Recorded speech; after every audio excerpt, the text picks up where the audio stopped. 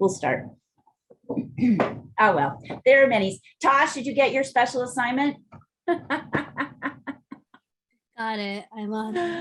All right. If you're having trouble, I can talk with you about it. Hi, Geraldine. Nice to see you too. Also yesterday, I was not at home, and so I found that the internet did not allow me to teach yesterday's beginning painting class, which is on painting these spheres. Hi, Osiris. Nice to see you too. So I'm scheduling 2 extra classes next week. In the afternoon, morning, afternoon, evening, depending on where you are, on Monday and Tuesday, where we will talk about how to paint these spheres. So I will post across all the threads. Anybody is welcome to join those if you would like. They're not normally scheduled classes, but I wanted to make sure that Friday got their, that the Friday group got their painting class. Are you still at the beach, Leah? No, now I'm back. Ah, that's so right. Yeah, it's ridiculous though. I mean, it was, it's ridiculous. I'm looking for somebody, as Bettina and I were discussing, I need to find a 24-year-old who can tell me how to set up a mobile my hotspot. So I can jack up my own internet enough. You'd think in the expense of the house that we were staying in that there would be better internet, but there just wasn't. I guess next time when you look for a house to rent, you need to specify that. We did. They didn't. Oh, and we did. Oh. They didn't tell us the truth. I very specifically did. I was like, I'm going somewhere, but I feel it's ridiculous. I do feel I should be able to travel and take this class along with me. It's kind of silly not to be, this is the world that we live in. There should be ways to boost your internet when it's not. And I'm sure there are. I think I need a Wi-Fi. I think it's usually through your cell phone, but unless you've got unlimited data, it would cost you a fortune. You would think. Yeah, right. All right, looking good. Everybody, this is looking good. Yeah, you're right, Osiris, exactly. Francesca, looking good. So this is a great moment to show, look at the difference between everybody's, Yolanda's, between Jackie's, between Bettina's, between Osiris, between Francesca's mark making, right? I like this. This is a great way to show, look at the difference between the ways you're using that pencil. They're all valid. And I just wanted to affirm that. It's like kind of a way of making marks. You'll notice I'm kind of darkening around my sphere because I want this light to show up lighter, even lighter. So I do that by darkening what's next to it. Good job, you guys. Beautiful mark making. Okay, Bettina. So these sort of, let's talk about this. So this kind of making that you're doing, this kind of scribble, is not reading as light. It's reading as it's kind of reading like this. See what happens when I add it in? It's not really reading as light. Oh, that's nice, Francesca. You could do a little bit more to show the difference between your medium and your dark. So I would lighten your medium just a touch. Bettina, I want you to focus on creating smooth, more covering. More covering things. So right now your stuff is looking too jerky, it's looking too hard, and so then I can see the transitions. I want you to look at how I'm holding my pencil here, right?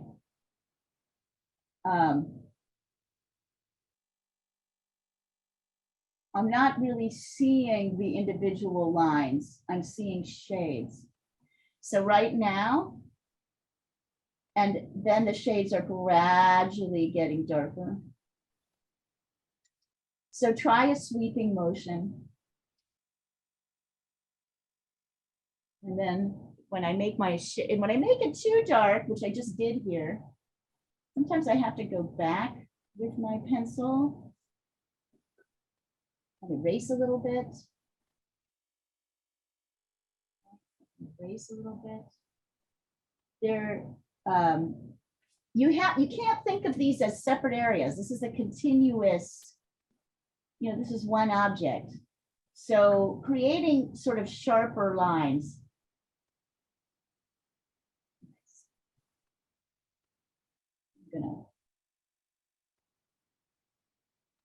There we go. I can't just have a couple of lines splashed through there. It's a little too confusing. Yeah. Okay, Yolanda, I'm going to say the same thing for you. I see a dark, I don't see a medium, and I don't see a light. So really push your medium and your light. So you're missing that in the equation. Jackie, I'm sorry, you need to erase that circle at the top. It's too distant. You see, remember what I said about like no hard, really we don't have outlines. I just put it there to kind of show you guys that it was there, but you really need to erase it. Yeah. And I think this is mostly working. I think I would make my shadow around my wall darker. Oh, okay. Because the rest of it is like kind of fading. All right, okay. Let's see. Yeah. Francesca, is that your second one? Yeah. Your first one. Yeah. Good. Okay. Anybody ready to go on to, so for those of you who are still working on your sphere, I want you to keep working on your sphere and send it to me until when you think you've got it right.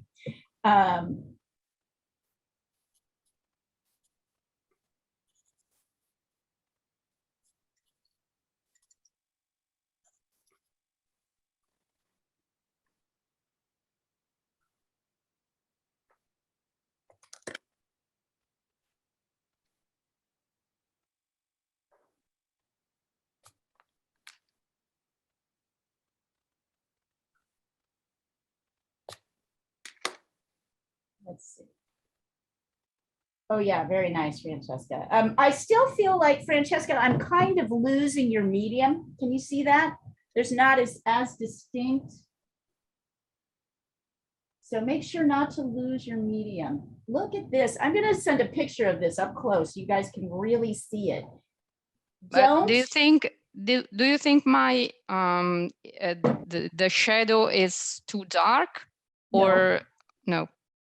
I think there are two parts to your shadow, and okay. You don't have the second. Yeah. You don't have the lighter part. Yeah. Okay. Well, so I guess understood. yes. I guess yes. What you're saying is, listen, there has to be a transition between medium to dark, light to medium that's to dark. the different part. The difficult part. Okay. That's the difficult part, right? Yeah. And that's why that's all we're doing is this. Okay. Better, Jackie. Better. I might darken just a little bit up here so that you can see your light. Mm-hmm. And then maybe take your eraser and pull out a little dot of light. Okay. Good, better. Good job, you guys. It's hard. That's why we're doing this. That's totally why we're doing this.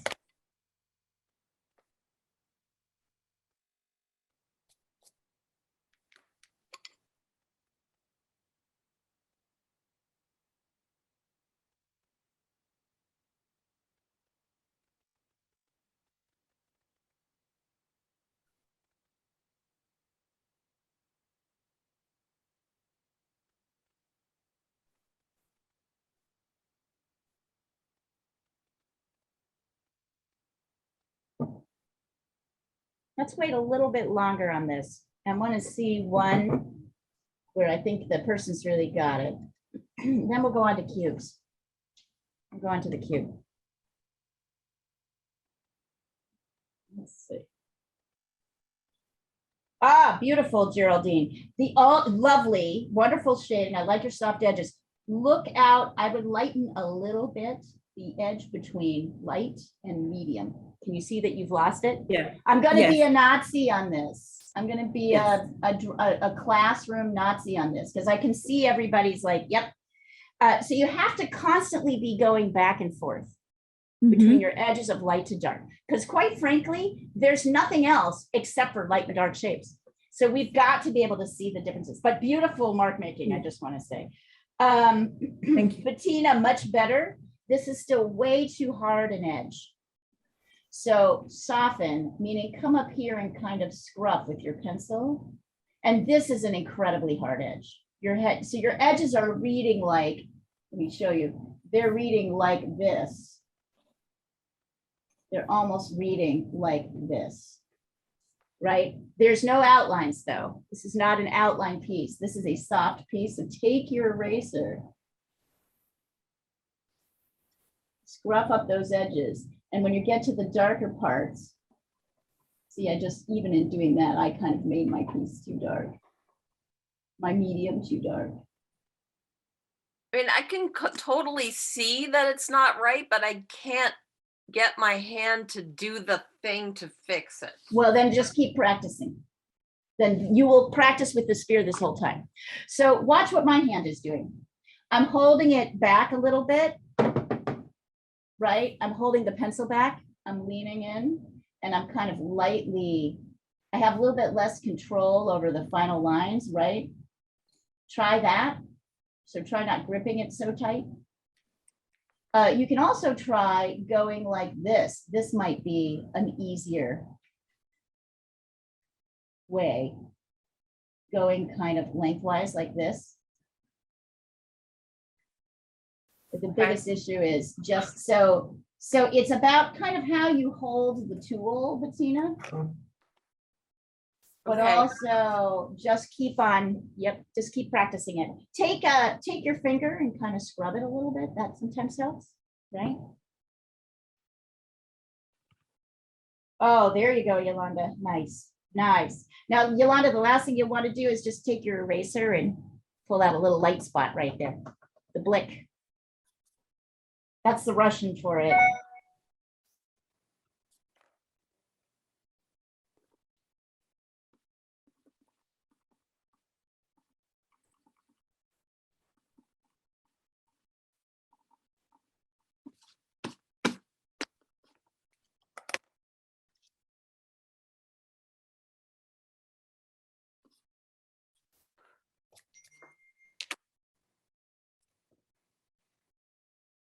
Osiris, that's pretty good. I love your darks. This is a little bit, this light reflected edge is too big. What we're trying to do is go, and the other thing I'm not seeing, Osiris, is a transition. So we're going from 1 to 2, let's say like a 1, a light, to a 3, to a 4. So I should distinctly be able to see the difference between light, medium, and dark when they're next to each other. And what I can't really see in your drawing right now, Osiris, is just the light to medium. And I would darken this a little bit more. This reflected edge is small.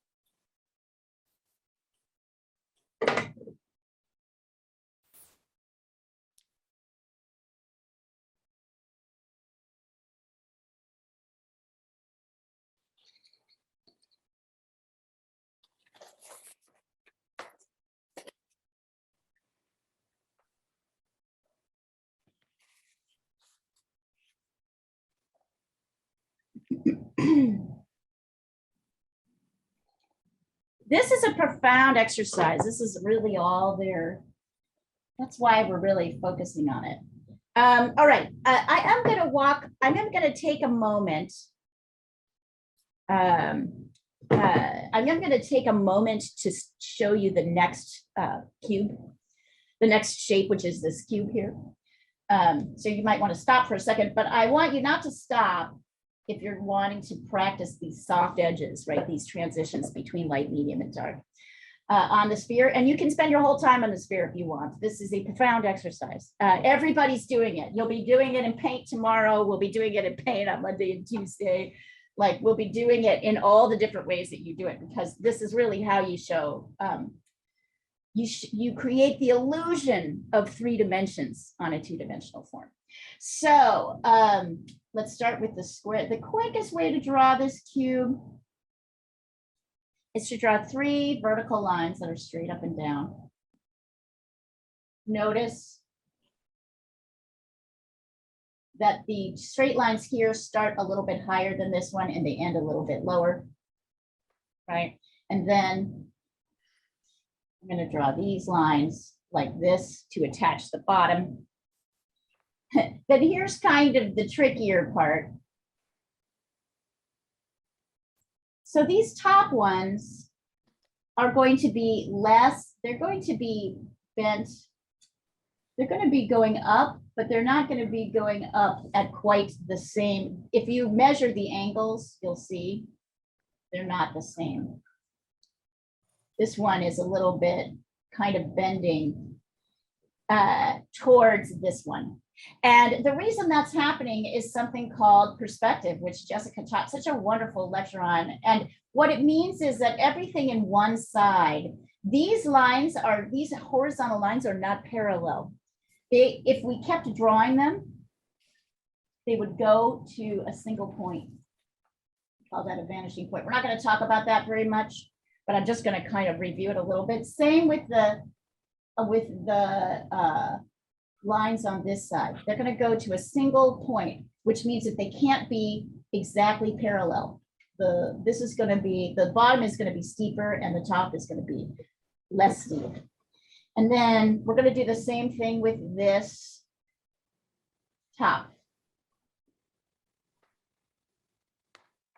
In fact, this top line going this way will actually go towards the same vanishing point. So will this one. Don't get too caught up in this. Just do your best. Nice, Jackie. That's beautiful. That's beautiful. Oh, there you go, Tosh. Yeah. Let me look at it just to make sure. I have it printed out here, so I just want to look and make sure. Yep. Look a little bit at the shape. Tosh, the only thing, it's just a minor correction. Look at the shape here. Right here, I'm gonna sketch it in for you. Yeah, I started with the cone. So Right. I should have started with the cylinder and the square so that I could have fit it all in. But... Right, or so either you can start with the cylinder or the square, or you can start with the 2 things in the front and then bring them up, right? So, but actually this looks pretty good.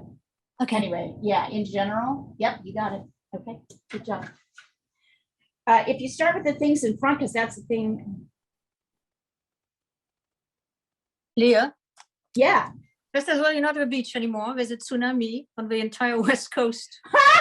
It was only 3 feet in Hawaii, but still, just in the nick of time. because there was a volcano eruption in Tonga. Oh my God. So it was 3 feet high in Hawaii. Now it's You're coming kidding from West me. Coast.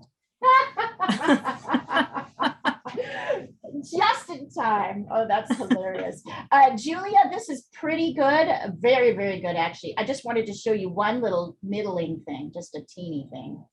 And that is, if you'll notice, the bottom of the cylinder and the bottom of the sphere kind of line up.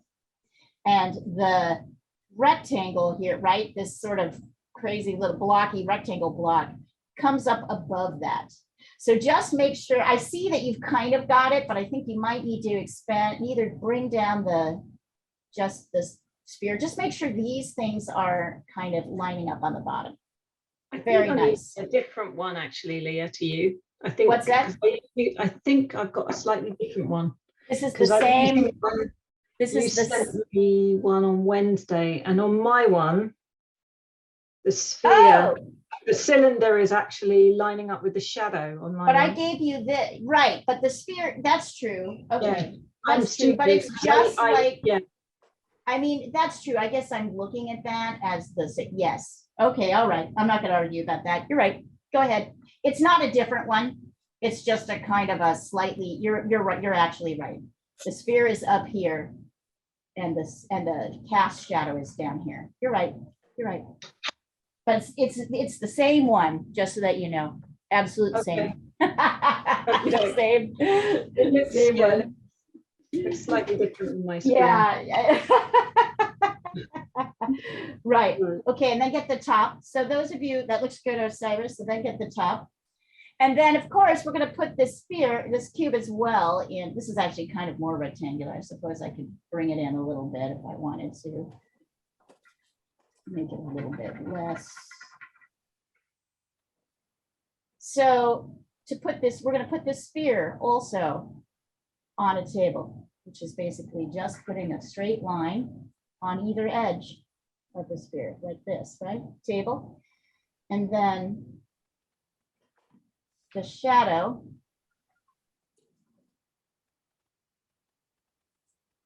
looks like this.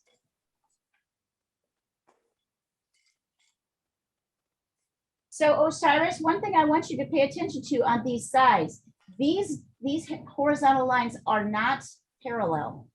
This one is steeper. This one is kind of less steep. They're not parallel. If they ran together, they would meet at a single point. But I'm not going to hammer in this point. I more want to talk to you less about like drawing a cube in perspective correctly. I want to talk more about the light. So when I see this in a couple of places, I'll move us forward. Yeah, that looks great, Julia. Great, great, great. And good job, Tasha.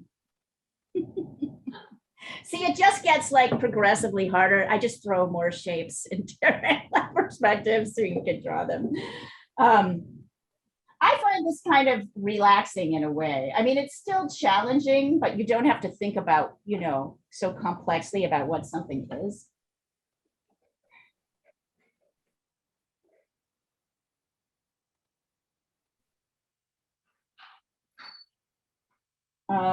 Yolanda, pretty good, actually really good. Okay, so once again, we have this cast shadow, right? Which is the shadow of the cube is like a dark, it's like a 5. It's really dark. You'll also notice that there are a lot more hard edges on this cube, so it'll be easier in some ways than the sphere, right? And then once again, kind of a dark. Or I like to do like my shadows, the cast shadow on the ground, kind of horizontally this way, and the shadow, the sort of darkness of the wall going vertically, just to create, even though they're kind of the same value, my marks, because my marks are going in different directions, it kind of helps create.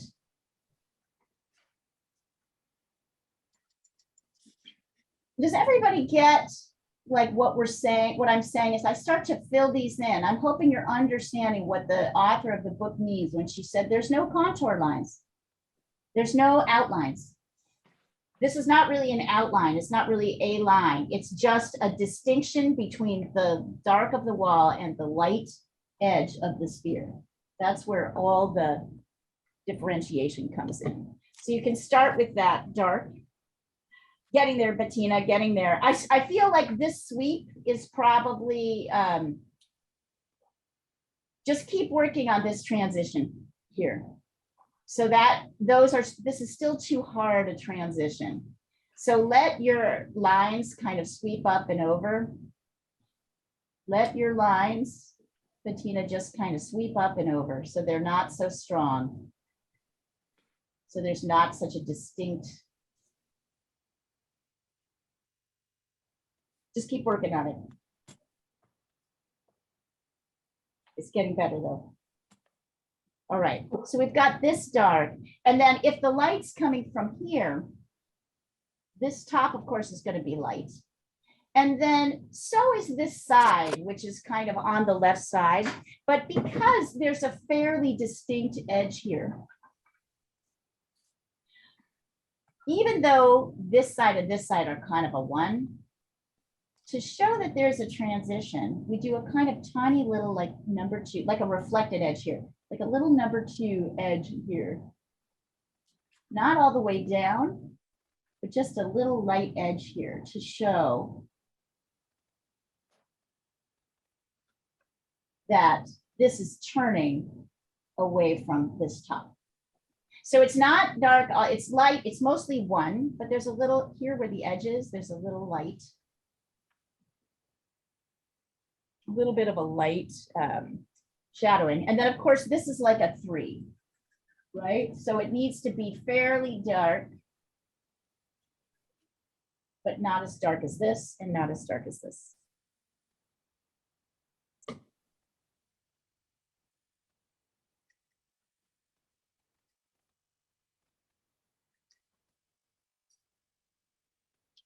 A tsunami. We were like, Sandra, like the house was like right on the beach. Like the tide actually, if it was like 5 feet closer, would have swept the house up. So we were the first people gone. But what a way to go. I think it would be terrifying. I think we wouldn't even have time. I think we wouldn't even have time to think about it. I think it would be over. But you hear it because in the morning. You would hear it. Yeah. You would hear it before. Unless you were sleeping. Right. And then it So would I be think kind they of like, you'd just be drowned by the time. You know? There's a film, like a video of the tsunami in Japan after Fukushima. Oh my And I think it's God. people at the airport. And you see like a little water coming, and the next thing it's like, and it comes very, very slowly, but it rises really high. It's terrifying. Because in French, a tsunami is rat de marée. It sounds the same as a rat. When I was a kid, I used to think it was a tidal rat. Right. Funny. Rat de marée. Wow. It is a very impressive. I feel like there's a Clint Eastwood did a movie about a psychic, which starts with the tsunami in Thailand.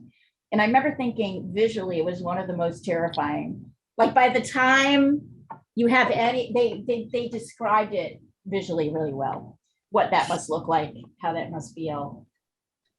It's interesting because I think there was a story at the time about a kid who just learned in school that before they do that, the sea pulls away, and so the kid recognized it. And right. That And family was able to get like, but Yeah. it's all about kind of where you are, right? If you're actually you have able to run. like, you have to run. You have to run. Because even though it comes slowly, it's in fact really fast. Yeah, it is. And also you'd be looking at the sea going, why is it doing that? No, that's the Uh-oh. thing. If you're looking, you're thinking, why is it doing that? You just Why is it doing that? you're lost already. Wait a minute, damn. I know it's kind of a macabre thing to laugh about, but you kind of have to. Well, when you're not in it, yes.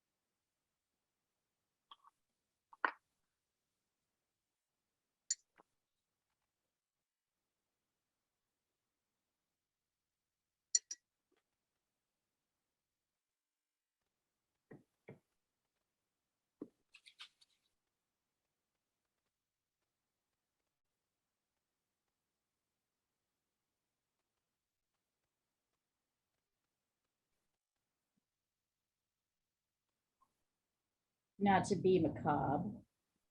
Don't mind us all the ways. Yeah, we swept out to sea. Oh. People, so ridiculous. Just so absurd. Let's see, where are we at here? Yolanda, not bad at all. Lovely distinction between here and here. Okay, so Yolanda, I'll have you try this one on your own. This is, this is a backlit cube. So go ahead and draw the cube. Since you're going so fast, go ahead and draw the cube here. I'm going to take a picture of it up close so you can really see it. I do that separately. Yep, do it separately. Because everybody else is still kind of catching up. So you go ahead and move on. Francesca, not bad. Francesca, if you want to, you can take your pencil. You see how you've kind of got this guy? This is coming up a little bit too much like this. It's coming up a little too high, right? Which is why the shape looks weird here. So if you want to erase and pull it a little bit, bring it in a little bit more, bring it down a little bit more. So you have yours up, bring it down a little bit more, and that'll help you with that shape. But good job with the shading. Thank you. Yep. So yeah, so for you, Yolanda, I don't think I'm going to draw this one. I think you can figure it out just by looking at it. It's the same shapes, right? Except that here is the darker side. Here's the light side. This is the top, and the shadow goes this direction. Yep, got it.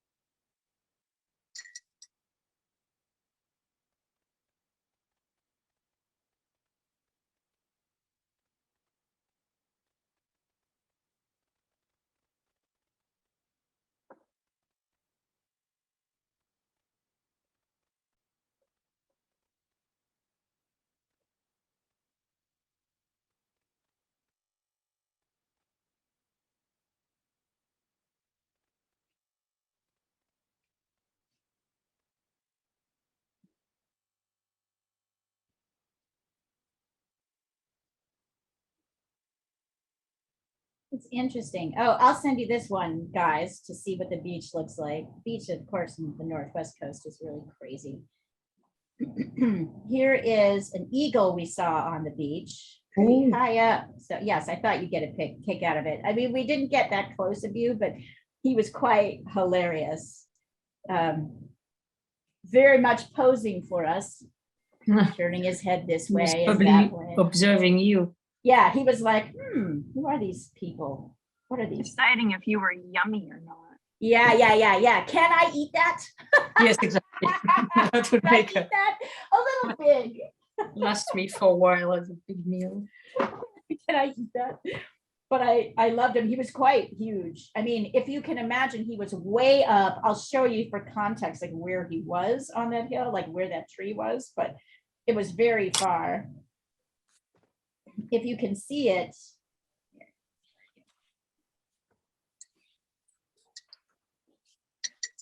Okay. Osiris, not bad. I really love great shape of the cube. Wonderful shaping.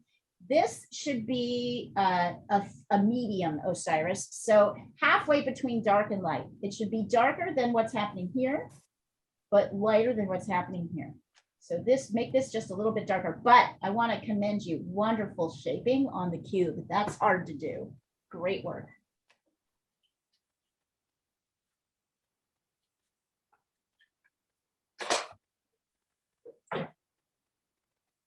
Yeah, I'm going to send you a painting. I've given up on it because I thought I'd watched it up.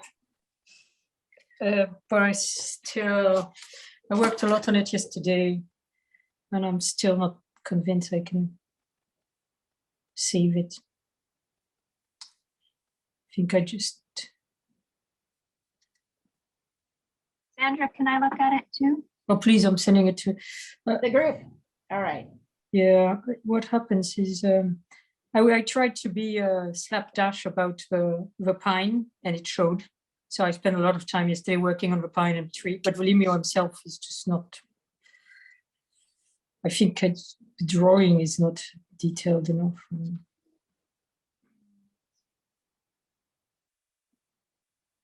I can send you a better picture of the original. Okay. Send me the original. The original is next to it, but I don't know. why you Okay. can speak like that. Oh, he's cute. He's very cute. I mean, I like him so much He's so that he's actually cute. on my iPad as a background. Oh yeah, I just think you know what, Sandra, you can fix this. And you know why you can fix this? Because you didn't go too dark. So now you can, I think the biggest issue is, and this is a really important idea in painting, right? I want to If see you- if you're going to say the same thing I'm going to say. Right. I'm really So curious. you're making each element too separate. There's no. Oh, no, it's not It. blended enough, you mean? That's exactly correct. There's too many hard, so remember what she said here. This is wonderful, right? There are no outlines in real life, just lights and darks. So the beauty of, you can totally fix this. Don't you think, Jessica? I think she can totally fix this. Oh yeah, absolutely. But You need to bring the darks The of same. the leaves behind up to the very edge of your lemur. The lemur is darker here and towards the back. So all you really need to do, so it's just this feeling, I'm going to push this up. So can you see here when you're not looking at that? So I'm going to show you the picture, right? Look at how these leaves really come right up to the edge of the lever and they But go okay, kind of but behind it. that's But what difference you- does that make? You did. I know it's What true, difference will that make? What difference will that make? It's all the difference. because you've made all your shapes too distinct. You have Oh, I too many see. outlines. You have too many outlines. There's too Okay, much. can I describe it in a different way? Yeah, It's see the if you same can- thing yes. Leah is saying. It's the Yeah. same thing Leah is saying, but I'm going to Yeah. describe it to you in a different way. It's flat. And the reason it's flat is because you do not have a foreground, midground, and background. Okay. So in this is your lemur. I would like you, Sandra, to think about this painting in 3 layers. And I don't mean paint on top of layers. I mean dimensional layers. You have Dimensional a foreground, layers. which Yeah. is going to be dark and contrasty. You have a midground, which is going to be a Middle little ground. less contrasty, and then you have what's in the background. Right now, everything is on one plane, right? If you think about an animated movie, like an animated landscape movie, because they do this Jackie, really not well. bad. Good shading. Because they simplify the planes. Right now, you have everything on one plane. None of those leaves are in the back of the lemur. None of those branches are in the back of the lemur, and there's nothing see, in the background. And Right. that's the reason you have nothing overlapping. You have So- no elements So I do have- overlapping anything else. The one thing I have overlapping is the front branch is definitely overlapping the back two. But Yep. it's true It's that not yesterday reading. It's never going to read It is- because it is reading because it's the back two branches are blurry. The problem is, how do I bring doesn't the read. what do I do So about the Sandra, pine hang on trees? a sec. It's still not planes. You've got to think about this in planes. So I want you to look at your drawing, look at every single Good, thing Geraldine. in the drawing, Excellent. and make Excellent. a decision. What plane is it on? Is it in the foreground? Yeah. Is it in the middle ground? Is it in the background? This is not a drawing issue with a lemur overlapping a branch, because your midground branch, while it doesn't have the dark contrasty that the foreground branch does, it still is reading in everything on the same plane. Your leaves are creating a halo effect around the lemur instead of coming behind it, and it's not natural looking. The other thing is this big white shape, this big triangle white shape has ended up being your focal point and is leading the viewer completely off the page. And So it's what is the also not in solution? your reference. The solution is, Um, go ahead, see if you can say it. Can I say something, Sandra, having been your Oh, yeah. teacher for a couple Go for of it. years? You tend to compartmentalize things too much. Here is the lemur, here is the background, here Mhm. is the blood, right? And you keep them separate. I What can see I that, want yes. you, so this is a continuing thinking issue for you. What I want you to see is less about lemur and look at what is happening where edges meet. So back where the back of the lemur is meeting, and guys, for You those mean of the you back who of have the tail? the back of the tail is meeting the background, it's much darker and much fuller where the leaves are. You shouldn't be seeing every leaf kind of expressed out, which you can't really do anyway. Well, you know, right? the thing is that I started out Osiris. without expressing the leaves, and it just looked terrible. So Well, I it's spent because it's too flat. It's because it's too flat. It's too light. Everything here is super dark. So if you look at this, and if I squinted this, it's great that you sent this picture to me. I can't really see all the leaves in here. I can really only see this little V of light. I can really only see a little like a glimpse of light here. So pretty much this should all be dark with tiny little edges where the dark area of the leaf meets the light. But So- how is that going to address Jessica's point that this is in the background? How do I Because make it it So I'm would- look? gonna, because can you're I doing address the too- point? Can I Because address you're the point doing, with yeah, it? sure. Yeah, Actually, we're gonna hold on to this conversation because I have Okay. we have people who need to keep going. Hold on to that Yeah, thought, yeah. Sandra, for 5 minutes and then we'll get Mhm. back to it. I want you to look at it and see if you can hear what we're saying. By the way, Osiris, excellent work. Excellent work. Excellent work, Geraldine. Excellent work, Jackie. Let's go on to the cylinder really quickly because the cylinder is a little bit like a sphere. Also a little bit like a cube.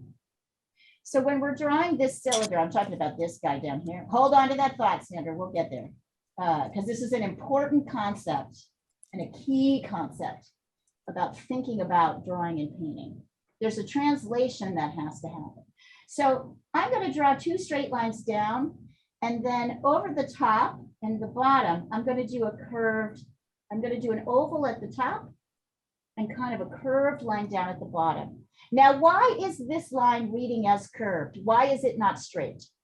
Right? If I put this on a table like this, this should be straight. This should be flat. So why is it not looking flat? Anybody know? Why am I curving up the bottom here? Anybody have an idea on that? No idea? Because it is not, I mean, to show the surface is not plane, is Right. not flat. It's not flat. And the Yeah. reason the surface is not flat is that the sides of the surface, as we go back, right? This thing is moving back in space. So it's easy to see with the cube, right? This side is farther away than this side, right? This side is farther away than these 2 sides. But like, just like a road, this cylinder, I want you not to draw these in. I'm drawing these in so that you can see them, and then I'm going to erase them, but I want to make a point. This cylinder also has sides. There's a front side, and even though it's curved, there are the sides that are moving away from us. As things move away from us, they become more on a flat surface. They become shorter and kind of more angled up. What do I mean by that? It's the same as the road here. If I draw a road, right, and it's going away from us, I'm showing the road going away from us. I know that the road is literally not rising up off the ground. I also know that this part of the road is the same size as this part of the road. But to show 3 dimensions on and show things moving away from us on a flat surface, we have to angle up higher than we think, than what is actually happening as something moves away from us, and it gets higher, more angled and narrower. So that's a very simple way of saying when you draw something with a rounded edge on a flat surface, the sides are going to be kind of moving, appear like they're moving away from us, just like the cube. That's okay. We're going to talk about perspective next week. That's not a really a this week thing. So just do your best here. I'm erasing these because I don't want you to draw them in. Once again, we have the cast shadow here, right? Light's coming from this side. I have like absolutely crappy erasers on me right now. For some reason, nothing good. Let's see if I can get rid of this. It's not bothering you, right? So once again, like the cube, if the light's coming from this direction, this is going to be light, and this side will be light to about here. But you can also make that little soft edge of 2 to there. And then just like the cube, sorry, just like the sphere, we're going to get gradually darker. So we're going to do a 2 or 3. And then it's going to get darker. It's going to get to be like a 4.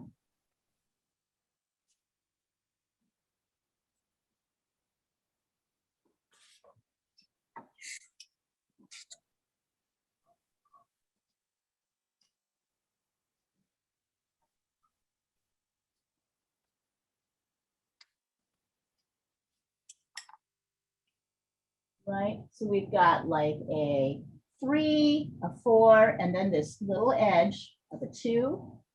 And then we've got our dark shadow, our dark wall.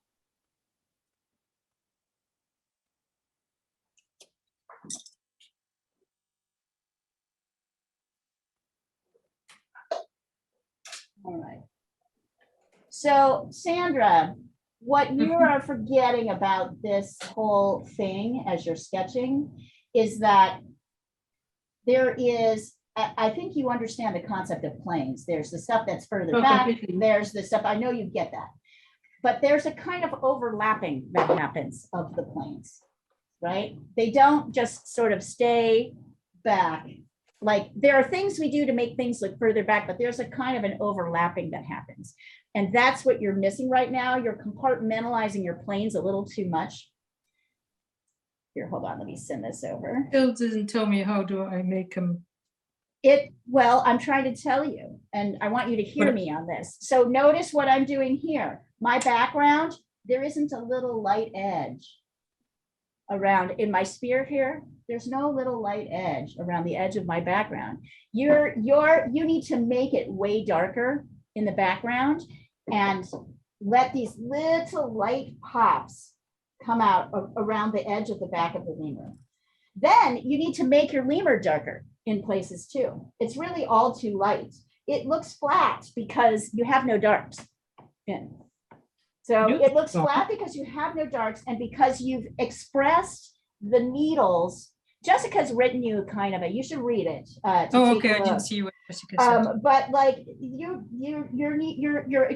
acting as if you can paint every needle, which you I cannot. know, I did that because Yeah, I know when I why you didn't- did it. when I had botched up the needles, it looked terrible. I didn't know look like why needles. you did it, but like but the answer is not to try and get every needle, which you can't do. That doesn't help it. It doesn't look any better. Really, the only place that it's important to show needles, I'm going to sort of sketch it in right here. I'm going to sketch in your lemur right here. And you guys pay attention to this because this is going to relate. This is absolutely relating to what we're doing right now. So here's the back of the lemur. It's like dark everywhere. So I've Just watch for a minute. Watch. This is a mental shift you need to make about drawing and painting. It's been the thing I've observed about you is the hardest thing for you to do, which is that you still think of these as, we have to remember there's part of showing edges is not to compartmentalize things and think about them separately too much. So if I'm wanting to show needles, I'm showing the needles here in the edges where the dark. But how do I fix it now? Do I just put a You wash get over it? darker, you make darker everywhere. You can go over those, you can make it very dark up to just this very edge of the top of the lemur. And then you just add little edges here. Where want to the point edges something of out. the needles meet the darker parts. I want to point something out Hmm. with this particular image, Sandra, Right? that I want you to really look at your reference for a second, okay? And I want you to look at two, I mean, this applies to the whole thing. Yeah. But in particular, I want you to look at his neck. I want you to look at the back of his head where there's that V dip that meets the body. And I want you to look at where his knee is. Okay. And I want you to squint at it because Oh, yeah, but it doesn't look quite right. Oh, there is, well, first of all, you have to know, I don't think the background is particularly a good design in your reference. And so I think you should redesign it. But you also don't have it drawn in accurately at all. And that is part of the reason it's not going to work. But let's look at these three areas. There is something in illustration that's called checkering. Okay. And I want you to look and see, tell me what is differentiating the neck from the background in that light area on his neck. What is it that's popping it forward? Can you tell? Why is it popping forward? Good because question. it's dark and the background is light. Correct, exactly. Now I want you to look at the V dip where the lemur is dark. What's happening in the background? Why is it popping forward? Because the background is what? Lighthouse still. Correct, exactly. Now But that's let's the take a case look in at the mine knee. too. That No, it's not in yours at all. Carla. Look at Really? the knee. I mean, look at this. No. Isn't that light? No. But hang on, Sandra, I'm not done yet. Look at his knee. Let's move into the left Well, part the of your knee's not reference. finished. Okay. I haven't painted very. No. I'm looking at your reference, not your painting. Look at his knee in the reference. Look at it Osiris, against the the only background. thing I'm going to say here is that you do not have a transition between medium to dark. So you've got a nice medium here, but we don't have a dark. So remember, there's a medium to dark. It's a little hard to see here. Go ahead. Sorry, go ahead, guys. We have two That's okay. lessons going on at the same time, so we're needing to balance them in between each other. Go ahead, Jessica. Sandra, do you see how his knee is dark against a light background to Right. make it stand out? Do you see how his two little legs in the middle there, they're light, but they're against dark? You have to think like that in your painting. That V, that white V in your reference is nowhere near, I still don't like it in the reference, to be honest, but you have it not drawn properly. I in know, your but how can I move a branch now? and you have get to there. move the branch. And also, if you look, and one of the reasons I pointed out specifically his neck, you see in the reference, you have his neck standing out against that dark branch. Your painting does not have that. Your branch is not drawn in properly. That V is the wrong shape, and Which- you have him light against light. Look at where his nose is. The Oh, other the thing about underneath his, the neck, you mean? yes. Yep. Yeah, so the branch is in the wrong place. But Well, I'm not the trying to thing make an exact copy of that photo. But if You you shouldn't. want to know You why, shouldn't. but if you want to know what's working and what's not, you can't just remove an element and then wonder and No, you those- need that that element branch is- in there. you need that branch in there to create the light and dark. That's why you're But you- having a problem. You don't that's- need that white triangle, which also is not drawn Got it. correctly to the reference. The Yeah. other thing I want Good. you to be real careful about, and moving that branch under his neck will fix it a little bit, but you got to be careful about the other top, which needs to be in the reference. It's quite blurred out. You have his nose ending on the same line that the branch is. That's called like a tangent line. And that's something compositionally you almost always want to avoid. Okay, I'll make the branch thicker. Yeah, but you also, again, this is going into the foreground, midground thing. It's Look at where the In your branch reference, interacts you in the see- different spot, in the different areas. Like past his nose to the right, it's moving back, it comes out of focus, and you have it in sharp focus. It should be blurry. And With a branch to the right? the branch under his nose. You have it in sharp focus the whole No, time. it's You have sharp I edges put a on wash this over branch. it so that it doesn't No. look But it's strong. not reading Sharp that, it's not edges. reading that way. No. Needs to be softer, darker. But the point here, Sandra, is that because you haven't gone too dark, which you've learned to do with watercolor very well, I might add, is that you just need to bring darker, you need to sort of be squinting and bringing more of your darker shapes into the composition. And you need to see how those darker shapes are pulling. They're much closer. You have like all your dark shapes absolutely avoiding your subject, the lemur. And what we're trying to say is in many places, those dark shapes kind of interact. In fact, Now I in got some you. places, there is areas that we have called the lost edge, right? Where you can't really see the edge of the lemur because it's kind of merging with the black edge of the background. Lost edges are huge in showing three-dimensional form. By the way, Jessica, thank you so much. It's really hard to put words on this stuff. If you guys haven't noticed. It's really Yeah, hard to Sandra, put I words would on this also stuff. like really strongly encourage you to get rid of that triangle shape. Because All right, Yeah, get rid I of think- this triangle shape. your focal point is the point of that triangle, and I can't even look at anything else because Look, it's my eye keeps getting Can you stuck look in at that the white screen? triangle. Yeah, I've begun removing it. Good. Okay, let's see. Oh, you Hold on. mean this triangle? yes, And what that's do I do with that tip of that triangle is your focal point, which is definitely not what you want. So it's the there in the largest and photo, but what do I do with it? It's Yeah. not there in the photo like you have it drawn. You don't have it drawn like it's in the photo. You have drawing issues there. So what does she need to do? Get rid of it? I'm sorry. And I'm the like- fact that it's so light. Just darken But it, you- maybe. Get it I rid of want it. you to compare the shape of that triangle and its placement with your reference, because in your reference, that triangle ends below his nose and it's not yeah. nearly so far out. The whole shape is wrong. And also you have the branch, the one that you have ended with his nose, that branch goes all the way under past his two legs in the middle, and you have it ending I below fixed his it. I belly. fixed Oh, that. that looks much better already. Look at how much better that looks already. Yeah. But Yeah, wondering what but to do you- with this. Do I make it a different color? I mean, I can make it a different shape. Oh, nice, Tosh. Part of the issue is that your edges are so hard. Good job.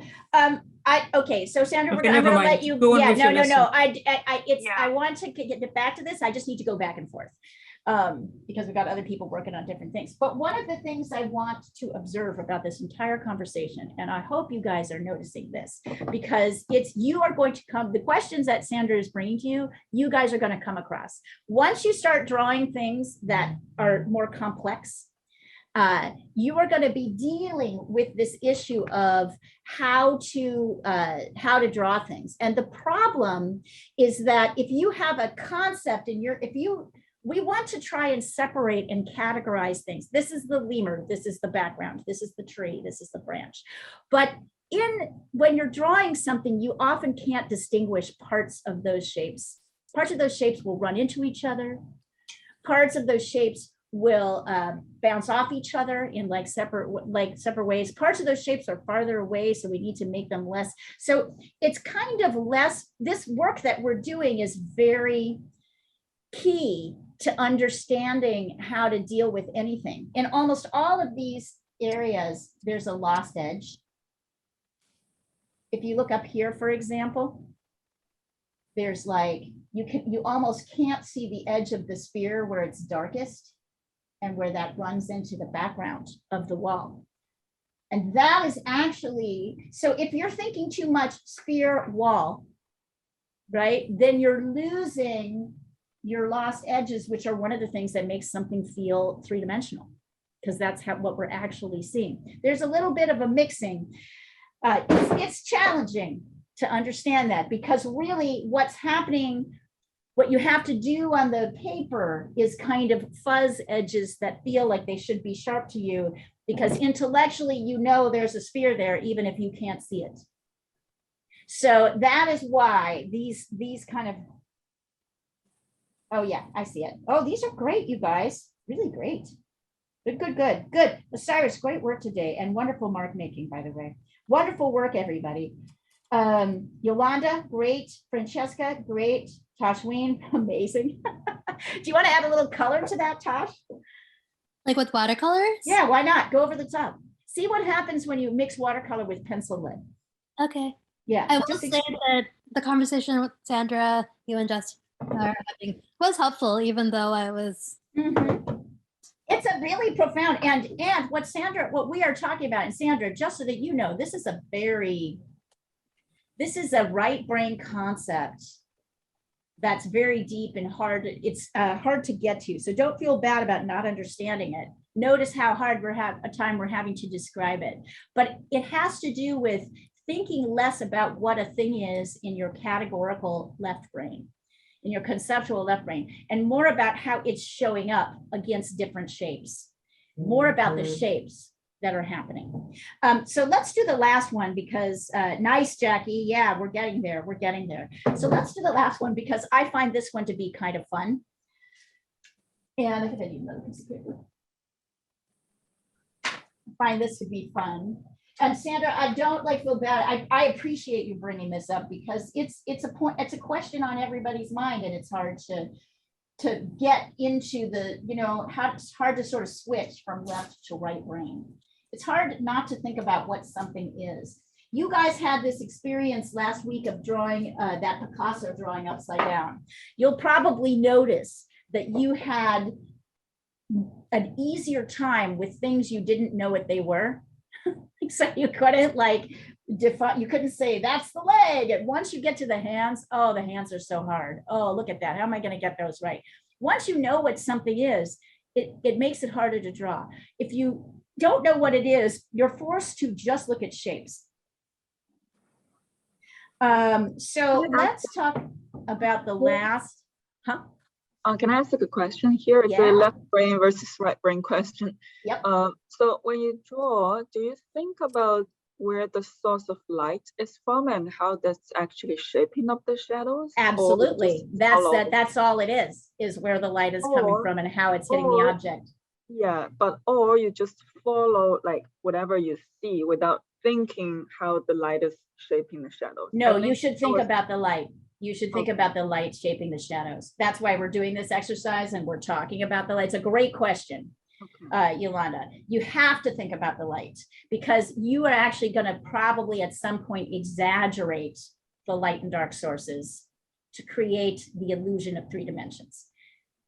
Right. So you do need to understand how light operates. For example, on this little reflected edge, right? This reflected edge. It's important to, Jackie, it's a bit dark here. It's a bit dark here in the light area. You have to know. I can't make it lighter because it doesn't erase. Are you using pencils, colored pencils? Yeah. Well, then that teaches you something about your colored pencils. Try it again with a lighter pencil. Okay. So yeah, Yolanda, everything is about understanding how light hits an object. Everything. You intellectually need to know this, and then because you'll often exaggerate it, right? And then you also won't see things if you don't know that they're there. For example, this reflected edge. So intellectually, it is important to understand the concept of how light hits an object. That's why we're focusing on it so much. And in this next exercise, so does that answer your question? It helps to also see things as shapes, but it really helps to understand A, how light falls on an object, and B, how do I convey that on a flat surface? Right? So for example, you would not know, none of you would understand, I think, the cylinder has and this is not about light, but it's about a rule, right? This cylinder has a rounded bottom, right? You draw it as a rounded shape, unless I told you to do it and do it. And unless I told you to do it and I explained the rule, you would not know that. And I can't tell you how many people don't see this when they're drawing a cylinder just on their own, right? If you are not made aware that you have to draw something sitting on a flat table with a slightly rounded edge, you won't do it because you won't see it. So that's where it's helpful to know the rules. And this is another rule that's like super helpful as well. And that is, we're drawing an open kind of pipe. I don't know what you call a cylinder with an open edge, right? So this light edge, the light's coming from the top. What we have learned, and here I'll send you a short picture, a close-up picture so you can really see it. What we know is that in this particular case, in every other case, when the light hits something that's a solid object, obviously the lightest part is closest to the light. But when there is a hollow object, the lightest part is here, on the inside is here. So this is a 1, this is a 1. This becomes a 2, and then a 3, and then a 4. This is dark.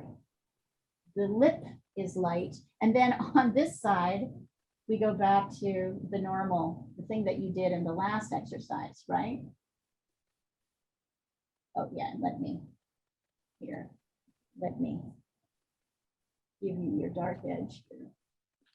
So it's important to understand to be taught the logical rules of, just like if you're learning a language, because if you don't know them, you won't be able to pick them up.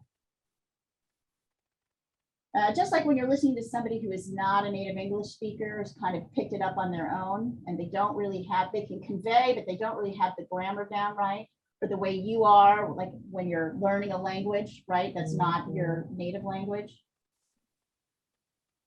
So, ooh, beautiful, Geraldine. Get darker all the way around. Make this wall super dark, up more. So we have this feeling of wall, but beautiful, beautiful, love it.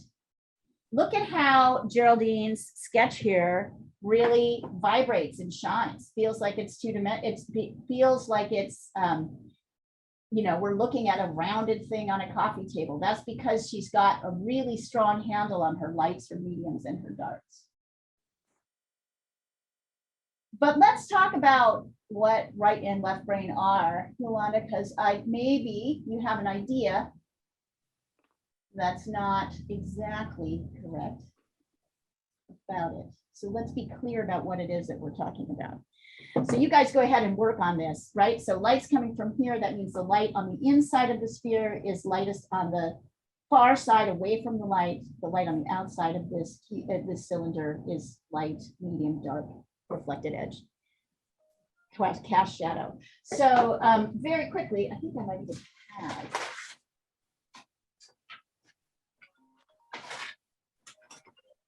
Right? This is the exercise some of you who were in class last week did. If you know what it is, don't say. What is this? What is this thing? Yolanda, what is that? Like branches? Yeah, it is not branches. It's actually a piece of of somebody's clothing. It's a pant leg. There's the other leg crossed, right? So I gave people this assignment and I told them to look only at shape, right? So the shapes that we see, you don't have to know what it is to be able to draw it. In fact, it's helpful that you don't know what it is. Really, this is shapes. This is a curved line. This is a straight line. This is an angle line. That's really all there is, are curved, straight, and angle lines. And if you just focus on those, you're going to get the shape of the thing. You don't have to know what it is. And sometimes it's really actually unhelpful to know what it is because it becomes harder. So why does that happen? That's the difference between left and right brain. So left brain, tell me, what's your idea of left and right brain? Just tell me, what's your concept? Left is more artistic and right is more rational. So, all right, I love those words because there's, I totally walked you into the wrong answer to this question. I knew you were going to give me the wrong answer. I just want to make that clear.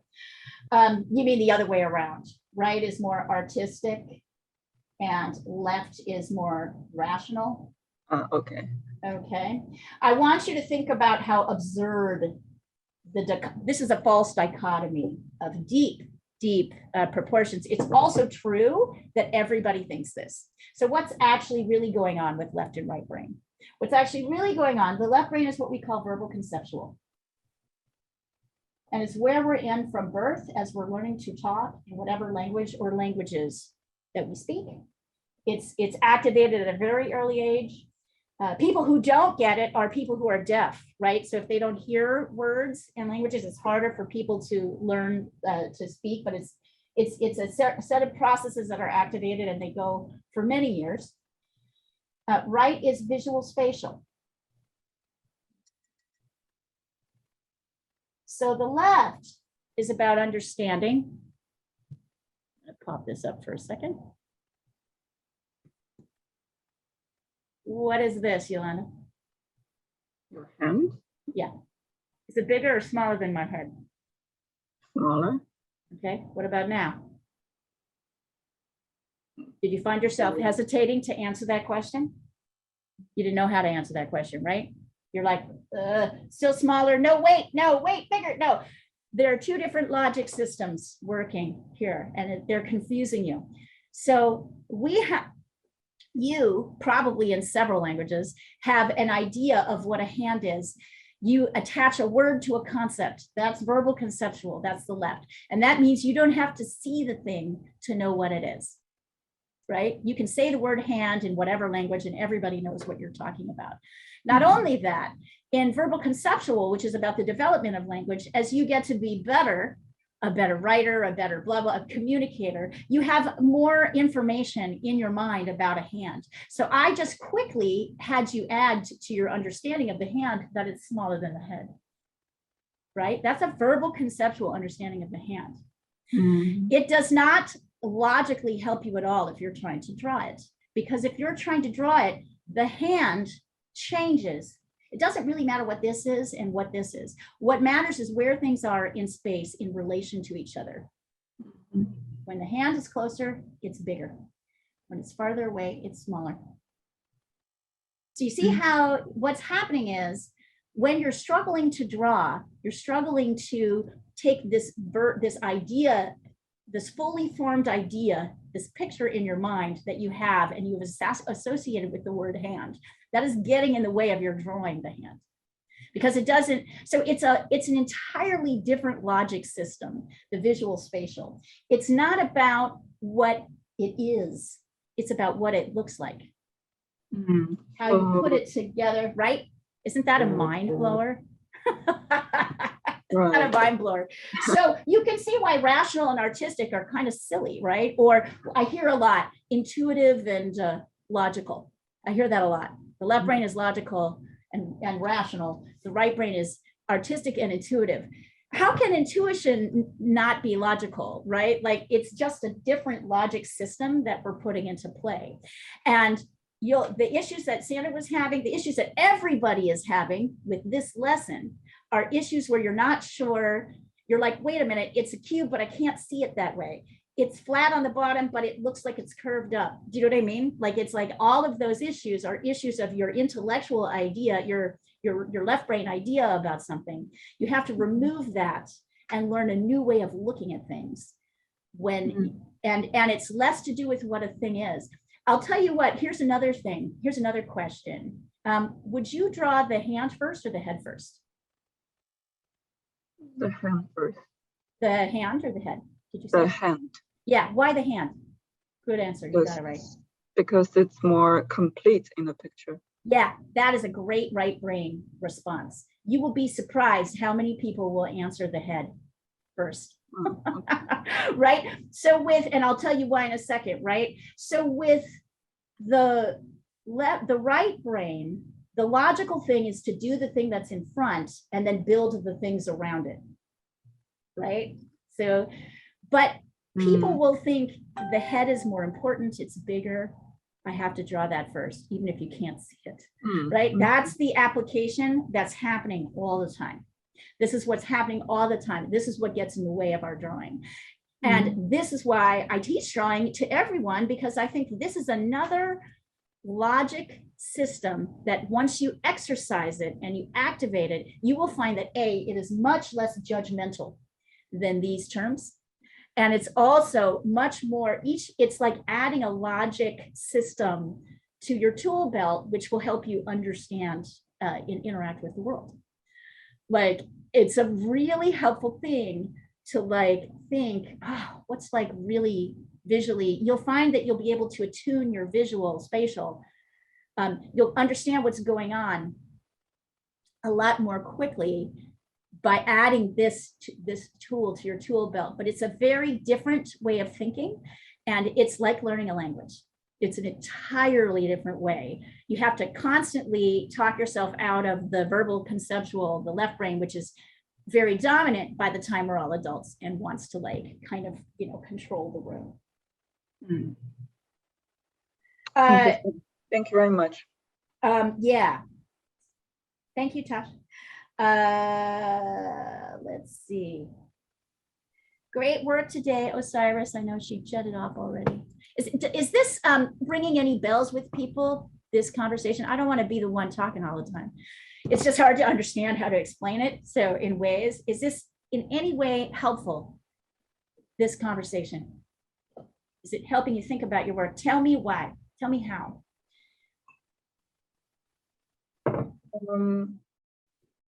Let me ask one more clarification question then after this conversation. My first question about the source of the light. So that's actually not a like rational thinking. It's actually really just understanding the visual and spatial relationships. So it is very rational. It is rationally understanding what happens when light comes from here and hits the subject. It's extremely rational. It is the most rational thing. Are you using rational differently than the way I'm thinking about it? So when you said it's easier and better to just follow the shape and follow whatever you see, then so the confusion I had, and I still have a little bit now, is, and then you also said it's important to also understand the source of the light. So then you have to have both balanced. Is that correct? Yes, that's correct. So and I guess maybe what you need to do is remove the words rational and artistic from your mind, because I think that word is the problem. The logic of this is a logic of visual spatial. So what you want to think is there are some things where it's helpful to understand the conceptual logic of visual spatial so that you know how it plays out. Right? It's also important to look at what's happening to an image and seeing where that shape is coming from. But if you don't understand the rule, the logical, rational rule behind the way how light works, so you're still thinking that verbal concept, like left brain is rational and right brain is not, but it's just a different logic. So yeah, what I'm doing is giving you a concept that is universally true about dealing with shapes. And it is universally true that when the light comes from this direction, it's gonna do this thing. And if you know that, it helps you when you're looking at objects with light coming at them in different sources and determining where that light source is. It will help you see the changes differently than if you're just trying to look and see them. The reason you won't be able to see them as well, everybody misses this. Everybody misses this. Here, hold on, let me move this so I can show you what I mean by this. You mean the reflected light? Everybody misses the reflected light because you don't know to look for it. Everybody misses the lost edge because you don't know where to look for it. You don't know that that's happening, right? You don't, because in your left brain understanding, you think of this sphere as the thing, and that as it turns away, it just gets darker. So it helps to understand the rules of right brain logical thinking. And once you do that, you apply it with your understanding of what you're looking at and what's happening, then those two things together are very powerful in terms of getting to be a better drawer. But this is a very logical and a very rational process. This is always happening. This rule I'm teaching you is always happening. That's why we're spending 2 hours doing it. So it is true, but I appreciate that you're catching up on the idea that this is a concept that you need to learn, right, about right brain, but that doesn't mean it's a left brain thing. It is a concept that as you apply it, it's helpful to know. And that's because we have a flat surface. We're trying to convey depth on a flat surface. So things look a little different on the flat surface as we're trying to convey depth. Okay, got it. Yeah. Great question. Thank you so much. Yeah, thank you. Great.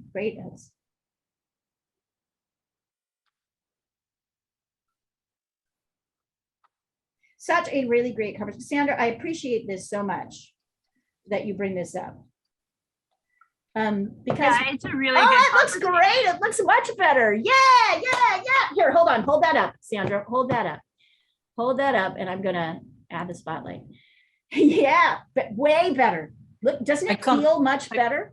I can't completely rescue it, but that's but much better. Like if we want to compare it, Sandra, take a picture of it and I'll put it on the thread next to the one. Take a picture of it and send it across so we can see it, but much better. Much better. Great work.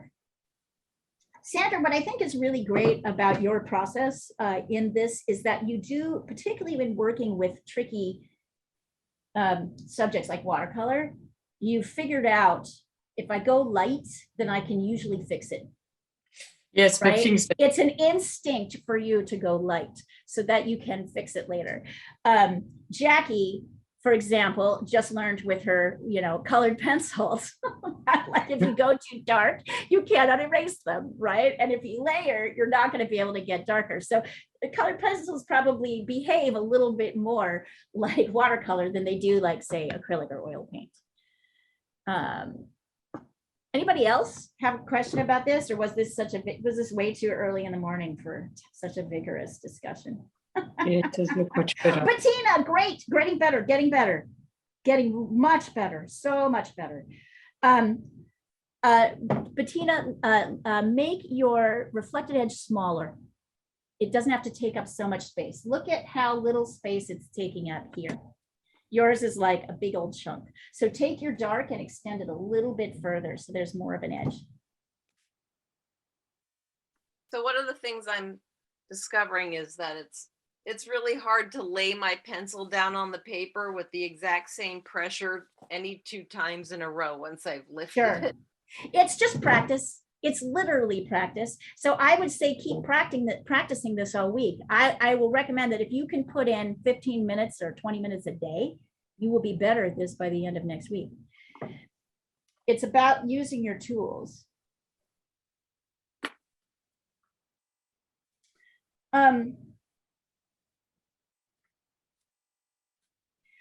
One of the things Jessica is, because Jessica and I have also been we're texting so that we're not disturbing you guys to make sure that we're trying to say this the same way. One of the points that Jessica's making about this process is that we don't talk about failure enough. And I think that's really true. It's not about, Bettina, you getting this right the first time. It's about you understanding what your tool can do and figuring out how to work it so you can make that go. And sometimes a lot of it is hand-eye coordination. And it differs depending on what tool you're using, right? When we're using charcoal, it's a little different. When we're using ink, it's a little different. There's always a learning curve as you start to get the tool to do what you want. This is a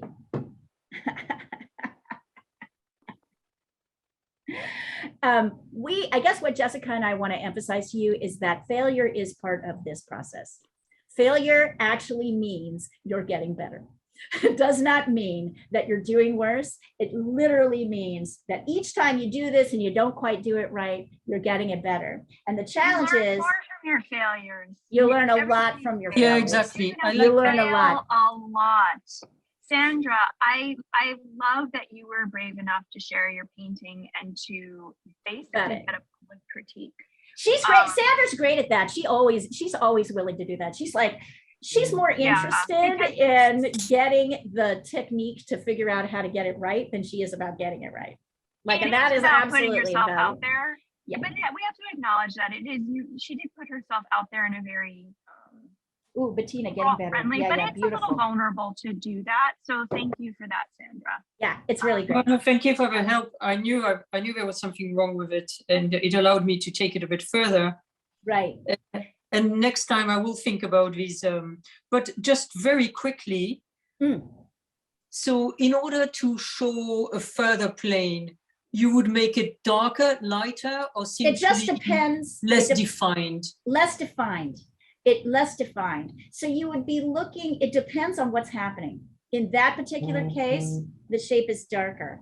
Sometimes it's lighter. Like if you're doing a landscape and the sky is very often the lightest part, is the farthest plane, it's the lightest part. So you're looking for transitions between light and dark, but mostly, oh my God, you guys, these are great. Tosh, color. This is so great. We're going to totally, for anybody who is taking the class tomorrow or Monday or Tuesday, we are going to be doing the same thing, but with paint. I'll be doing oil paint demos tomorrow. I will be doing acrylic and watercolor paint demos on Monday and Tuesday. Because this is how important this is. We've been doing this all week. Toshween can tell you she's been at almost pretty much every class. She can tell you, is it boring, Toshween, or is it helpful to keep? So Toshween's done this every day, pretty much. When I saw you gave me the assignment, I was like, oh man, okay, I'm ready. Yeah, I feel like it's like, I think it's going to be hard or boring, but then it's not. Yeah. It's boring. It's like you get deeper into the assignment each time you do it. So tomorrow, Tosh, I'll just give you another still life, but you're going to be working in oil or acrylic, right? And you'll be learning about the difference and how that works. But the system is the same. What we'll do tomorrow is something that Julia and Toshween have been working on today. It's like these, right? Where now we have these shapes put in a still life, and there's light coming from a particular area. And by the way, where's the light coming from on this one? From the right side. The top right, right? Notice we cannot see the edge of where the cylinder meets that back part. You can barely see the edge here. So Leah, my father-in-law is an artist, and he was telling me about the Italian artist Giorgio Morandi. Have you heard of him? Not necessarily, but I might look him up. Tell me, what are you thinking about? Well, he does still lifes with geometric shapes like this, and so it's Giorgio Morandi. Let me take a look. Can you send the name across the thread so I can look it up? Yeah, I know him. I know Oh, him. you know him. Wait, You know him personally? No. I think he's dead. I think he's dead. Oh. But yeah, he's. I think he was from Bologna, where I was born. Nice. And yeah, he likes very much. He made a lot of still life. Yeah, he's like an expert of still life. and using hatch marks or something like that. Uses hatch marks. Yeah, we could totally talk about that.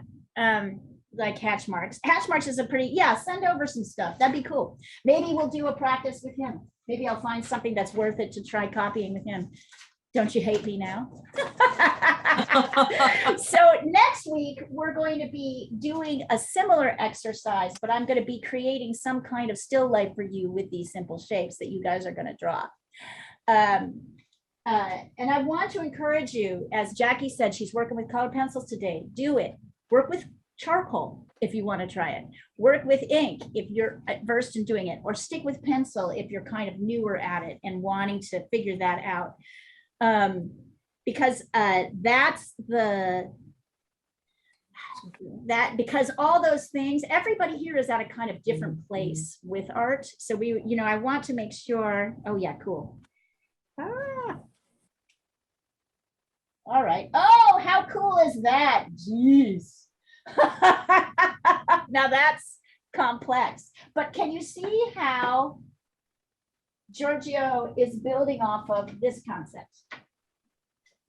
Yes, Yes. that's why I brought it up. I was like, Yeah. Well, I'm not going to do that to you yet, but maybe I'll do that to you in 2 sessions or something. I'll try to. I love it. Thank you for bringing that up. He's a great got one. simpler ones. Yeah. Oh my word. Yeah. But these are great expressions of how light plays on these objects. Look at how these subjects, look at how similar they are to the sphere, the cone, look at how kind of we construct these. That's why we start with this, because if we can get this, then we can get the other thing. As Tosh said, you can feel like it's a little boring, but then once you get into it, you understand, actually, this is the thing. And for many of you for the week, yes, I have been teaching this for a week or two, but not all of you have been taking every class. So this is great. I love it. Tosh, that's beautiful. I think you ought to. The only other thing I do is darken your cast shadows.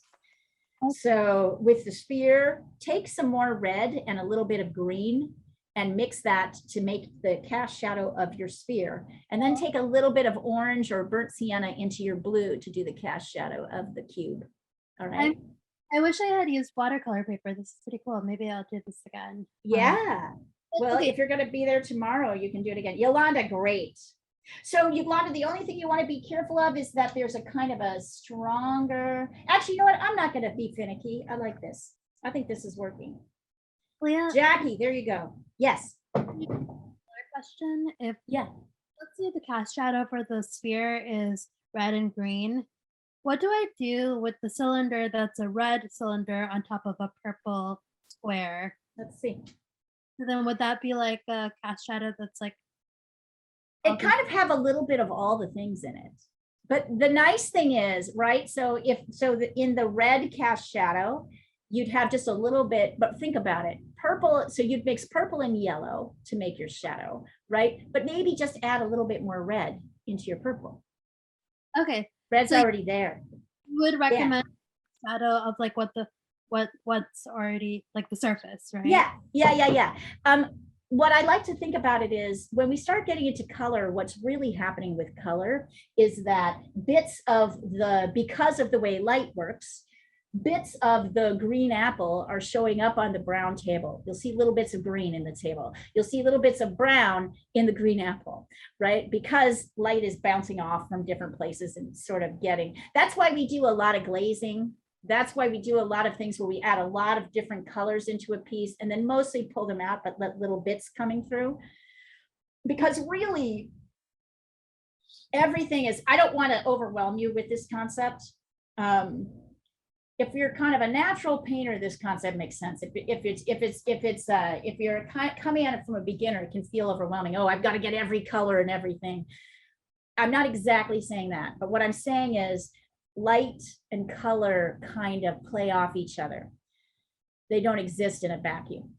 So we will practice a little bit of that as we start laying in. So that what you're talking about, Tosh, is a really perfect way of starting to explore that. Cool. Yeah. These are neat. Oh my gosh, we're right at the end of class. All right, here, hold on. I'm going to remove the spotlight. I put yourself in gallery view so you can see what everybody did today. And hold up your work. Hold up your work. Oh yeah. Nice work, everybody. Nice work. Beautiful. Julia, you've been quietly working. Yolanda, great work. Everybody, great work. I know, Francesca, you can't, but if you send yours across, we'll see it. When you also notice that when you step back and you hold it back, it looks much better than when you're looking at it way up close. So it always helps to like kind of step back and go, oh, that's not so bad. Very meditative. I love it. Even with us yammering away at you about the left and the right brain, still meditating? It's all going in. Good, good. Yes, so tomorrow we should have our first landscape pastel class at 9 a.m. with Marie. In the afternoon, early afternoon, evening, depending on where you are, I'll be teaching oil painting and acrylic painting basics. I'll be demoing an oil, a still life with these objects in it, and how to mix, and we'll be practicing mixing grays. So that's going to be happening on Monday and Tuesday as well at these extra classes. I will post them so that you guys know they're happening. Hopefully you can make one of those. If not, don't worry, they're all being recorded. Great work today. And Jessica, thank you so much for your help as always. It's so helpful to have more than one person trying to, you know, like as Jessica and I have learned over the years of taking lots of classes, it helps to hear somebody explain, right? Like differently. So you're like, oh, so I can make, I understand it this way, but there's another way to explain it that might be better. So great work, everybody. Great work. Very nice work, everyone. Very nice work. Okay, we'll see you soon. Bye, everyone. Thank you Have a very great much. weekend. Thanks, Thank guys. Thank you for your Thank time. you. Thank you.